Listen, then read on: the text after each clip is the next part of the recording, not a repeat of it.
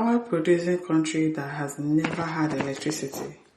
Kemi Badenoch chides Nigeria. Well, it's not as if the light. If you had said we don't have constant electricity, now that would have been a very, very correct statement, because we have light, but the light is gone. It's like there's no light. They'll just give you 30 minutes, 1 hour, 24 hours, or 2 hours. You shall charge your phone and forget about it.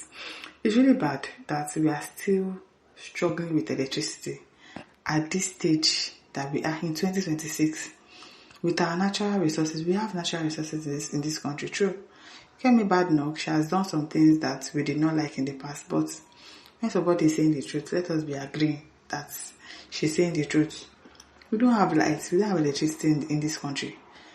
Constant electricity, 24 hours electricity, all round, all year round. We can actually achieve it, but this country, I don't know why.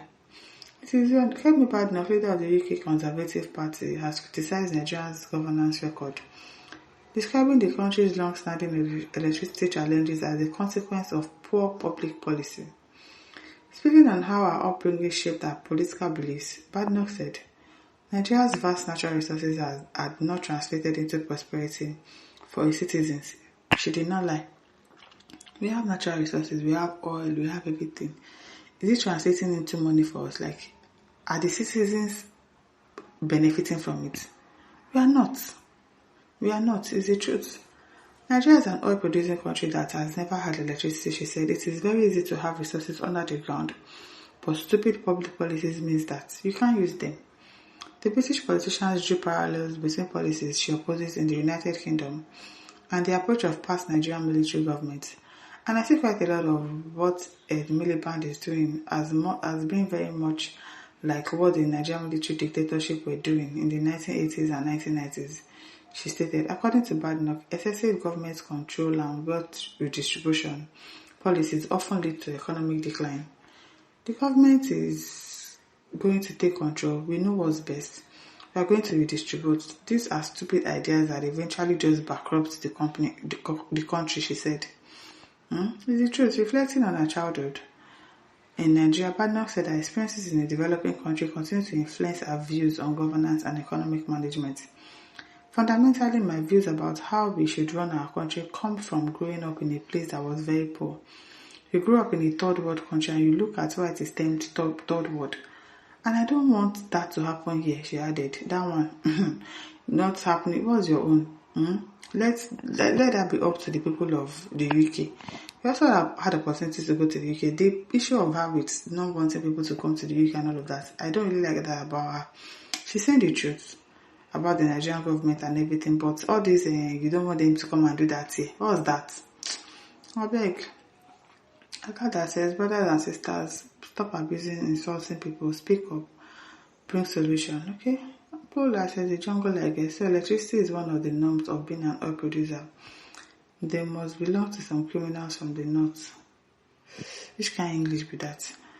Ellie says, will you Buccaneers allow her? When Mr. Milokon is here dragging everybody and everything inside the pit, somebody that is telling you on national television that you don't eat dead fish. And I ask, is it the one that is alive that you eat? I mean, every fish must be wild or dead before you can now eat it now. But we all know the problem he's having now. And it's not his fault. Age is playing Bangolo in his brain. Fred says, blackmailing Nigeria will not make her more British and she will never become PM of the UK. I don't know. She has good arguments, but you trying to stop people from coming to the UK, it doesn't make any sense. Speak against the bad government that we have in Nigeria, but stop stopping people from having the opportunity that you had. If somebody has stopped this thing that you are trying to do, would you have gotten the opportunity to be in the UK? So why do you want to stop other people from achieving that? I don't understand. Corey James says she damned the situation. I'm sure she can't say something so stupid. She can invent anything. Neither did her father did. Her father, the professor, invented anything. Talk lies and threaten people of various countries. Obama says, if Nigeria has never had electricity, what exactly are we using to power the country? Sentiment should be separate from fact. Is this electricity that we have? Well, we don't have electricity. We don't. Constant lights, like lights that you You will not be running after skater to come be charging your phone and say, they will soon take the lights. They'll bring the lights. 10 minutes, they've taken it back. You might not have it again. Till the next day. It is well. Though it says truth is bitter, Nigeria is too corrupt, highly corrupt. Iman Ezra said, if she thinks she is the leader, let her come home and lead. If you said, but this woman has spoken the truth, are we not supposed to have constant electricity like that one thing? Let them just achieve that one, even if it's only that thing that President Tinubu can actually achieve in this country.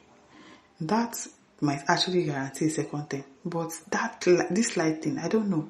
Why are we still struggling with electricity? In 2026? It is all. Barnabas says no refinery but hunger, unemployment, galloping inflation, taxation farmers can't go to their farm again without being bite, kidnapped or raped. It is all. Our leaders are idiots, that's why. Ekedani says the thing weak me, and if you agitate for freedom now, they will say you are disturbing the peace of the country. As if you have any in the first place. Shama says the country is natural resources but have no electricity. What a shame. Sani Sulaiman says it's all deliberately allowed to retard. Those in power believe that if they allow adequate electrical power in the country, that they are likely to lose political power to the masses. It's a superstitious thing. It's very funny, and you know what? Wicked people are very funny. Very funny, yes. It's something that they do. It's like a game plan for them. Keep them poor. Make them suffer. And so when it's time for election, those are the things that we are going to say we are going to do. We are going to promise them we are going to do this. And they are so foolish. They are going to believe us. So when they believe us, we enter. Next time again, we won't do what they ask us to do. We'll still use that same thing again to punish them again for second term, for third term, for whatever. That's what has been playing out. They keep promising, we are going to do this, we are going to do this, we are going to do this, but nobody's doing it. They are not ready to do anything, and it's just the truth. It's really the truth. Mori says, it's pathetic, my honorable sister. Bafemi says, no be lie. The leaders are fools because they can afford diesel for their generator. Even within our president in Aso Rock now is now solar that they are using. So people that have installed solar in Aso Rock, what makes you think that they want to do something about the electricity issue? It's not going to do anything about it because obviously it's not affected. It doesn't know when they take light or when they bring light. Light is constant in its place. So they don't care really. Yeah? They don't care. It is well. Kade says, Kemi, shut up. You don't cherish your ideas. Solve your conversationist problem. I don't just like the idea that she's trying to stop people from coming to the UK, but what she's saying is the truth. My listeners, don't forget to like, share, subscribe. Thank you for listening. See you some other time. Bye.